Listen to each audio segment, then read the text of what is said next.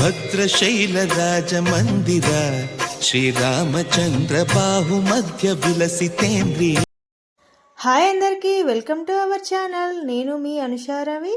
ఇంకా మీరు చూసిన వీడియో అయితే అమ్మ వాళ్ళ ఇంటి దగ్గర శ్రీ సీతారామచంద్రుల వారి కళ్యాణ మహోత్సవం అయితే జరుగుతుంది.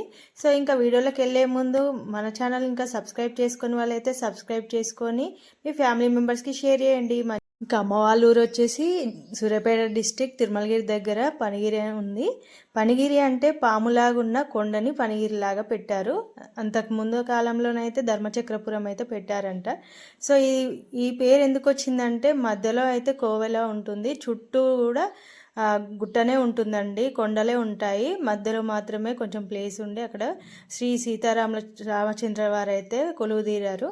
ఇంకా ఇక్కడ చరిత్ర ఏంటంటే భద్రాచలంలో సీతారాముల వారి కళ్యాణ మహోత్సవానికి సీతాదేవిని ఇక్కడ నుండే తీసుకెళ్తారని చరిత్ర అయితే ఉంది. ఇక్కడ చూసారా పాదం, ఈ పాదం అయితే సీతాదేవి గారిది. ఆవిడ ఇక్కడ ఒక గుండం ఉంటుంది కొండపైన, అక్కడ నీళ్ళు అయితే ఎప్పుడూ ఉంటాయి. తను స్నానం చేస్తున్నప్పుడు ఒక మేకల కాపరి వచ్చినప్పుడు ఆవిడ ఇలా పరిగెత్తుకుంటూ వచ్చిందంట. ఒక కొండ కింద ఇలా పాదముద్రలు అయితే ఉన్నాయి, ఇంకా ఉన్నాయి కొండపైన. అవి చెక్కినవి అయితే కాదు, రియల్గా ఉన్నాయి. సో చాలా చరిత్ర ఉంది అండి, చెప్పుకుంటూ పోతే. వీలైన వాళ్ళు, దగ్గరలో ఉన్న వాళ్ళైతే ఇక్కడ సీతారామచంద్ర వారి కళ్యాణ ఉత్సవాలు అయితే జరుగుతున్నాయి. వెళ్ళి దేవునికి అయితే మన కష్టాలను చెప్పుకుంటే ఖచ్చితంగా తీరుతాయని నేనైతే అనుకుంటున్నాను.